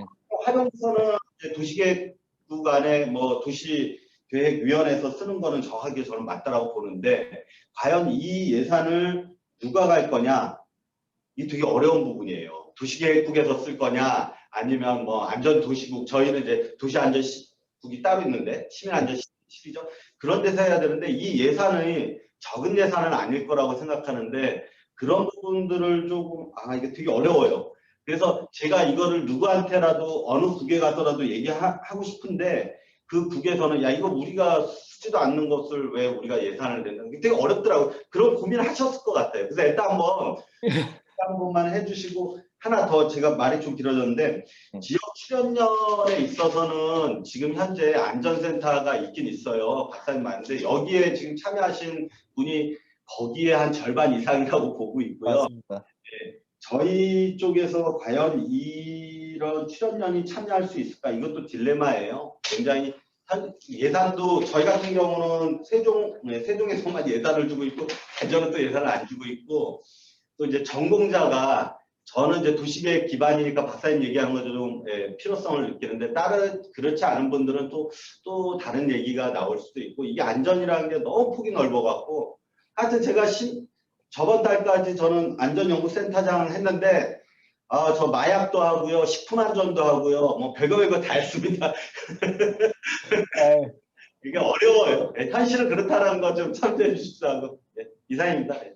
토론자랑 아닌데 한 1분만 얘기를 해도 될까요? 예, 박사님 그러시죠. 예. 예, 죄송합니다. 얘기를 딱 그렇게 하셔가지고 잠깐 얘기를 드리면 맞습니다. 그쪽에서 어디서 해야 되는지 저는 실제적으로는 이거를 중앙부처에서 예산을 따가지고 그 다음에 이제 시스템을 만들어 놓고 전국 단위에서 활용할 수 있게 해달라고 제가 계속 주구장창 한 2년 정도 그렇게 얘기를 했어요. 저도 뭐 저번 달로 해가지고 이제 센터장으로 왔는데 근데 거의 그 하면서 제가 했는데 거의 카운트 파트너가 국토교통부 도시활력지원과예요. 도시국. 그러다 보니까 거기 모든 업무가 해가지고 중요성을 몰라요. 아무리 얘기를 해도. 그래가지고 저희가 했을 때가 계속 그전에도 얘기를 했었죠. 저희 전에도. 그래서 얘기를 했던 게 안 돼가지고 지역 협력과제란 게 있어요. 카이아에. 그래가지고 그거 위주로 해서 이렇게 좀 나가고 있고 저희가 하면서 이제 최대한 만들게 되면 나중에 지역 전문가하고 협력하는 부분을 건건이 아니면 협력체를 만들어 가지고 어떻게 저희가 이제 어떤 용역까지는 못하더라도 자문식으로 해도 계속 운영할 수 있는 방향으로 해서 지자체에서 들어온 것들을 어떤 전문가 그룹으로 해서 이렇게 좀 끌면 어떨까 지금 구상만 하고 있습니다. 지금 그걸 하려고 하는데 많이 탄력이 안 붙어가지고 나중에 또 되면 또 말씀드리겠습니다. 예. 나중에 한번 뵙겠습니다. 찾아뵐게요. 네, 알겠습니다. 아직 끝이 아니고요, 박사님. 일단 조성 박사님 토론 부탁드리겠습니다. 예. 네, 안녕하세요. 충남연구원 재난안전연구센터 조성입니다. 마무리 인사하시는 줄 알았습니다. 저 세 분 발표해 주신 내용도 잘 들었고요. 뭐 이게 연결되는 얘기 같으면서도 개별의 연구이고 또 그런 가운데서도 저희가 유사하게 함의를 많이 도출할 수가 있는 그런 얘기를 해주셔가지고 실질적인 부분에서 좀 고민을 하게 됐습니다. 이게 뭐 조금 저는 이제 이 박사님 말씀해 주신 거랑은 약간 좀 차이는 있는데요. 이게 첫 번째 해주신 김영하 교수님 내용에서도 사실은 이게 뭐 그 개발도상국의 이야기다라고 하지만 실제로는 우리나라도 크게 다르지는 않다고 생각이 들어요. 일부 이제 아주 고도화된 뭐 도시 지역이라든가 아니면 그 개발 단계에서 좀 계획이 잘 뭐 좀 갖춰지고 난 도시들은 이것과는 사정이 좀 다를 수는 있겠지만 뭐 교통과 관련된 것들이 데이터 확보 수준의 차이만 좀 있을 뿐이지 시군 단위로 좀까지 내려간다거나 하게 되면 실제로 이 여기서 제시하고 계시는 그 배경이 되는 얘기들도 실제 아직도 우리나라에서 쓸 수 있는 정도의 가설이라고 생각이 들거든요. 그래서 이 그 계산하시는 그 방법 자체도 의미가 있지만 저는 이 사망 발생하는 이제 사고 발생의 원인이라든가 그게 결국은 이 의료 시설과 연결돼 가지고 그 결과로 이어지는 사망 수준을 높이게 만드는 그런 구조 자체는 우리나라에서도 아직까지 이렇게 유효하게 쓰일 수 있는 부분이라고 생각이 들고요. 그 함의로 주신 내용도 마찬가지인 것 같고 해서 이게 교통사고 부분은 뭐 한 가지만 이야기할 수 있는 문제는 아닐 테지만 도로 자체의 문제도 있을 거고 뭐 그 의식의 문제도 있을 거고 원인 관계는 여러 가지가 있을 수 있지만 이렇게 보건과 결합해 가지고 있는 그 인프라를 갖춰야 되는 부분들은 충분히 이제 뭐 도시 지역 이외의 지역에서는 좀 유용하게 좀 봐야 될 것 같다라는 생각이 우선 들었고요. 그 두 번째 이 윤 박사님 해 주신 국제안전도시 관련해서는 저희 지역에서도 몇 군데가 인제 관심을 좀 갖고 있어서 저도 최근에 좀 열심히 보고 있는데 제가 생각했을 때는 지금까지 이제 우리나라에서 한 10여 년 이상 유행처럼 했던 국제안전도시 이제 WHO가 협업한다고 하는 그 국제안전도시에 관한 내용들이 사실 취지 자체에서는 큰 문제가 되거나 뭐 그런 내용들은 아니라고 생각이 들어요. 근데 우리나라에서 그게 활용되면서 조금 변질됐다라고 해야 될까요? 이제 이게 좀 이해관계들이 너무 많이 물려 있어서 나타나는 부작용 같은 거지 사실은 저는 안전도시 인증 자체는 이게 '긍정적인 측면을 찾아내야 된다.'라는 생각을 기본적으로는 하고 있습니다. 관심도를 높인다는 측면에서도 좋고 사실은 이제 지역 사회 안으로 들어오게 되면 이게 어떤 자긍심을 주는 계기도 되는 거잖아요. 그렇기 때문에 실제로 이거를 꾸준하게 관리해 가는 과정 그 가운데서 좀 정책적인 방향성을 지속적으로 가져갈 수 있는 하나의 뭐 좀 모티브가 될 수 있지 않느냐라는 측면에서 좀 긍정적으로 봐야 될 것 같고 더군다나 이 자치단체장들이 관심 가질 수 있는 여건을 만들어주는 것도 우리 입장에서는 매우 필요한 일이라고 생각합니다. 이게 정책적으로 항상 후순위에 올 수밖에 없는 건데 그걸 정치적으로든 뭘로든 좀 끌어올려주는 거는 반드시 필요한 것 같고 그들이 원하는 것도 일부분은 좀 맞춰놔야 사실은 그 부분만 해결해 주면 이 관심도를 좀 5년은 그래도 4년은 그래도 가져갈 수 있고 이런 측면으로 좀 우리가 뭐랄까요?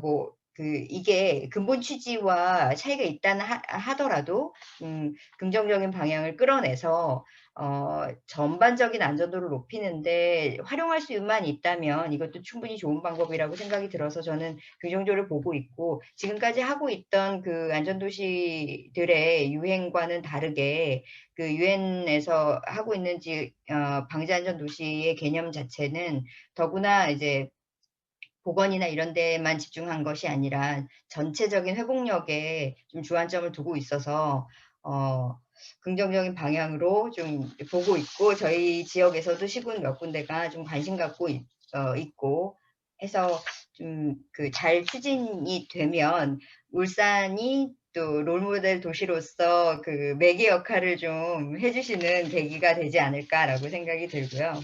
조성 박사님, 네, 예, 저 학회에서 네. 40분의 방이 다 그래요? 뜬다고 그러네요. 네. 정희실 박사님 남았기 때문에 빨리, 네, 네. 빨리 좀 말씀 부탁드리겠습니다. 알겠습니다. 이거, 네. 마지막에 그 한우석 박사님 해주신 내용은요, 제가 도시계획은, 뭐, 제가 도시계획 하는 쪽은 아니지만, 이게 그 지역 간 연계를 고민하신다고 해서, 저는 이 부분 되게 이렇게 지방연구원들이랑 협업하시는 부분들이 좀 그 제도화가 좀 진행이 많이 됐으면 좋겠다 이런 바람은 갖고 있습니다. 저희 보더라도 이제 시군에서 일부 이 예방형 도시계획을 하고 싶다고 생각하시는 분들도 있지만 이게 사실 오히려 연구원에서는 기존에 하던 방식의 도시계획들과 이게 정합이 잘 안 맞는다는 생각 때문에 좀 잘 안 받아들여지는 경향들이 좀 있는 것 같아요. 그래서 그런 부분들이 제도적으로 좀 권고 수준까지라도 좀 가주면 이게 좀 탄력을 받지 않을까. 사실은 이 국토계획도 마찬가지고 도시계획이 기본이 돼서 다른 계획들이 다 나오기 때문에 사실 저희는 무계획이 되는 그 수준이 좀 방제라든가 안전 개념이 좀 많이 투입될 수 있게 제도화가 많이 됐으면 좋겠다 이런 바람 드리겠습니다. 이상 마치겠습니다. 예, 고맙습니다. 정희실 박사님 부탁드리겠습니다. 네, 오늘 발표자분들하고 토론자분들 내용을 잘 말씀해 주셔가지고 제가 공부를 많이 했습니다. 잘 들리시죠? 예. 일단은 제주대학교 김영하 교수님부터 윤영배 박사님, 한우석 박사님 다 하신 게 제가 기후변화하고 지표 연구를 좀 취약성 평가를 하기 때문에 그런지 세 분 이야기가 자료라든지 정보가 어떻게 계획이라든지 대책을 통해서 안전한 삶을 위한 미션을 달성할 건가에 대한 다 관계가 있는 것 같습니다. 특히나 김영하 교수님 같은 경우는 자료라든지 정보가 부족한 상태에서 어떻게 우리 나라에서는 어떻게 이런 것들을 활용할 수 있을까에 대해서 고민을 좀 할 수 있는 그런 시작점이 될 것 같아요. 자료 한계 때문에 연구가 뭐 하겠지만 어차피 근데 제가 궁금했던 것들 중에서 뭐 미션이 병원 위치를 찾아달라는 미션이 아주 명확했기 때문에 일은 했지만 사실은 이렇게 사회 구조가 발달하고 있는 단계라든지 이런 쪽에서 자연재해가 아니고 이게는 뭐 조금 교통사고 위주이기 때문에 사회 구조의 발달이라든지 시민의식이라든지 이런 것들이 원인이 병원만으로 이렇게 원인 조절이 안 되고 병원 결과론적으로 병원만으로 이렇게 해결하는 거를 하기보다는 조금 더 지속적인 모니터링이 되면 우리같이 고도로 발달된 우리나라같이 그런 사회 구조들은 자료라든지 정보가 충분한데 분명히 다른 개도국에도 이런 정보들이 필요하기 때문에 연구를 계속 지속적으로 모니터링할 수 있는 국제 협력 체계를 통해서 해보시는 게 어떨까 하는 그런 생각이 조금 많이 들었고요. 윤영배 박사님 같은 경우에는 제가 느꼈던 거는 제 느낌은 그거예요. 그러니까 좀 뭔가 그 경험을 우리가 공유할 수 있었던 그런 건 좋은 것 같아요. 다른 데도 하고 싶은 데가 있을 것이고 그런 거 있고 그리고 메시지는 제가 받았던 메시지는 앞으로 계속 불확실하고 위험하니까 여기 맞춰서 살자.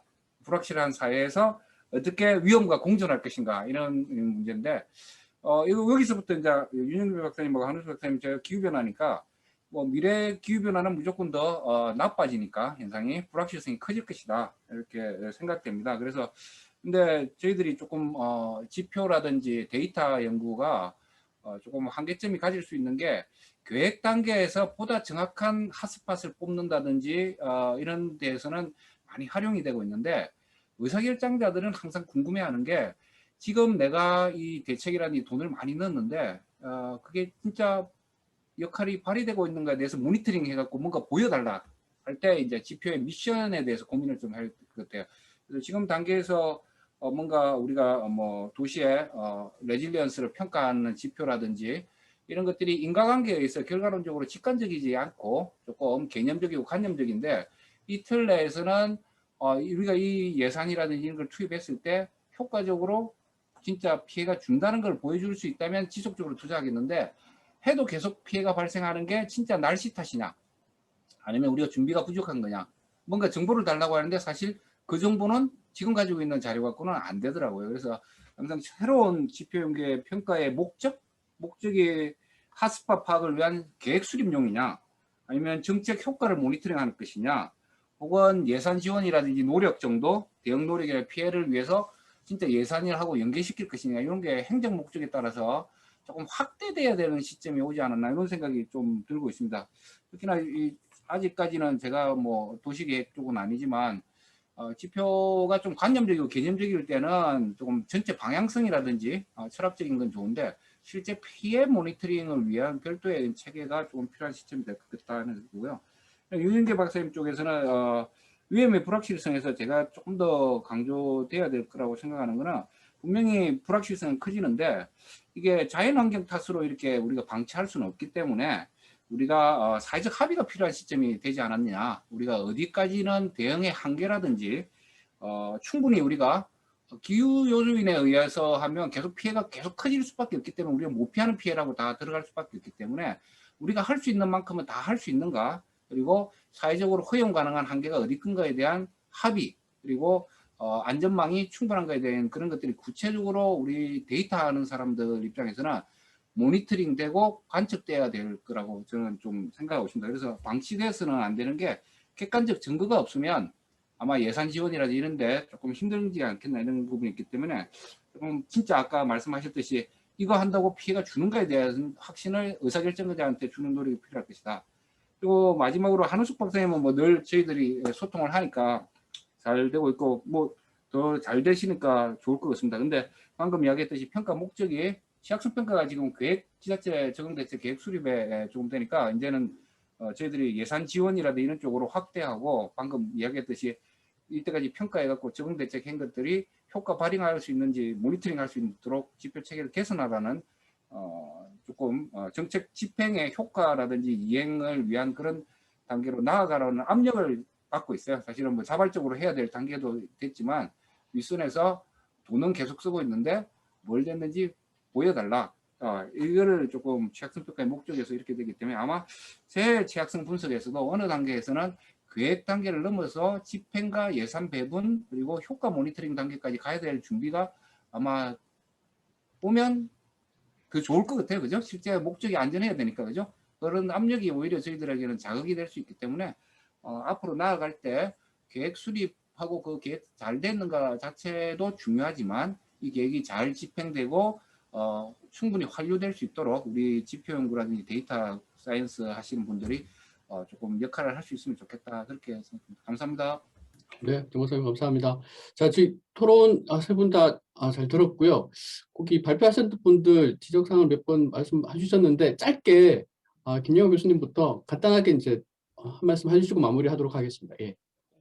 좋은 말씀 감사드리고요. 저도 이걸 하면서 그 데이터 때문에 되게 많은 한계를 많이 가졌던 것도 사실이고, 사실 이 연구로 인해서 지금 GPS 단말기를 현지에 보내가지고 그 뭐 소방이라든지 그 앰뷸런스를 타시는 분들한테 지급을 해드렸습니다. 물론 지금 많이 얘기하시는 재난 자원은 파이낸스 그 리소스는 미국하고 영국에서 지금 대주고 있고요. 이런 식으로 해서 아마 재산회계 국가를 이제 선진국들이 좀 도와주지 않았나, 이런 생각을 하고, 글쎄요, 저는 우리나라는, 저도 뭐 우리나라 지역 안전, 교통 안전 프로그램 평가도 하고 그랬는데, 우리나라는 이런 거에 비하면 훨씬 잘 되고 있어서, 오히려 조금 우리나라보다 더 잘 사는 나라, 뭐 미국이라든지, 뭐 일본이라든지 이런 데이터베이스 좀 따라가야 되지 않을까, 이런 생각도 하고, 또 제 개인적으로는 이런 거 하고, 그 다음에 뭐 GIS의 빅데이터 이런 걸 좀 접목시켜서,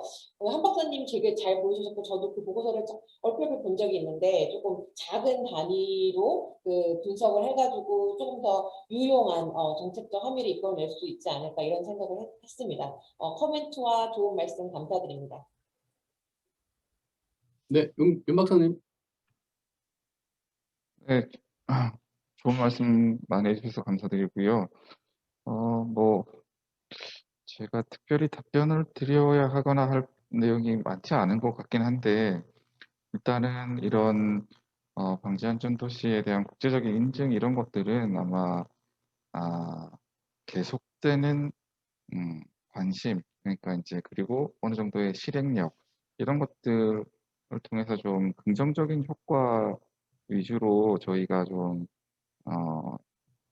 이끌어 나갈 수 있도록 해나가는 게 중요하지 않겠냐라고 생각이 듭니다. 이게 이제 아까도 말씀드렸지만 인증을 받는다는 것 자체뿐만 아니라 이게 실제로 우리 도시의 어느 정도 안전도 향상에 도움이 돼야 되기 때문에 내 도시의 취약 정도 확인하고 하는 실행력 이런 것 쪽으로 저희가 좀 잘 활용할 수 있도록 했으면 좋겠습니다.